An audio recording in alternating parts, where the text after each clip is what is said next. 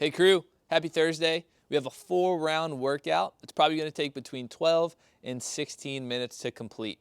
We have 2 dumbbell movements, the first being a dumbbell swing. What we're going to do for this is we're going to hold one head of the dumbbell and we're going to swing it just up to parallel, so your arms are parallel, just like a Russian kettlebell swing. Now we want to choose a weight for this movement that we can get done in 1 or 2 sets. Now I know holding the head of the dumbbell might be difficult if it's bigger, so the next option there would be to hold the handle and complete 15 reps on each side. Tori's going to show us what that single arm swing looks like holding on to that handle. Our second movement is an overhead carry. Locked out, overhead, elbow by the ear. We're going to carry it 30 feet on each side. On this, we're looking to stay fully locked out at the top. And then finally, we have sit-ups in this workout as well. If you have an ab mat, let's use it. If not, we can anchor our feet to something to help us with some more leverage. Some subs for this movement. If you have a kettlebell, this is a great time to use it for our swings and our overhead carries. If you don't have it, we're just looking to swing something between our legs that makes sense. So maybe it's a backpack, maybe it's another odd object like a slam ball, but we're looking to swing something through. It might mean taking a little bit of a wider stance, almost sumo style as we go.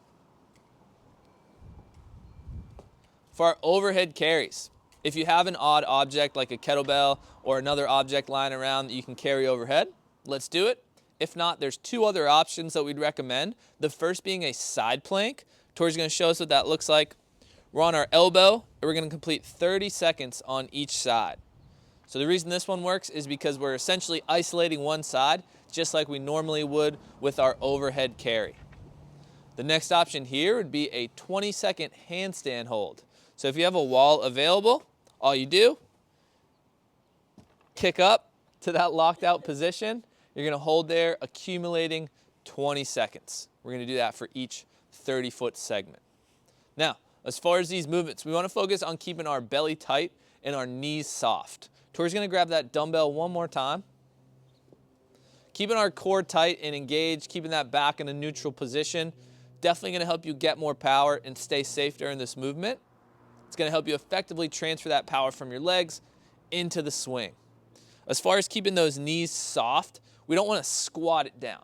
We don't want our knees bent too much. So it's a soft unlock of the knees. So we hinge back and swing that bell up. Tori's going to show us 2 where her knees are too soft, where she's having to move that dumbbell a much further distance from essentially a different movement pattern. That soft knee and tight belly is also going to be helpful overhead in our carry.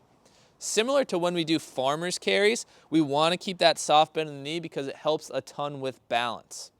If we're rocking side to side with a straight leg, especially with that weight overhead, it's going to be a lot tougher to support it. So tight belly, elbow by the ear, knees soft as you move forward for those reps. If there's one movement we want to push in today's workout, make it the dumbbell swings. That's really the only place we would stop moving, so we have the most bang for our buck trying to push through big sets of those 30 reps. If it helps, create some mental checkpoints. Maybe we're holding on for 30 straight, but breaking it up in our head as 15, 10, and 5. Makes it a lot more manageable, keeps us moving for all 4 rounds. Have fun, crew. Go get it.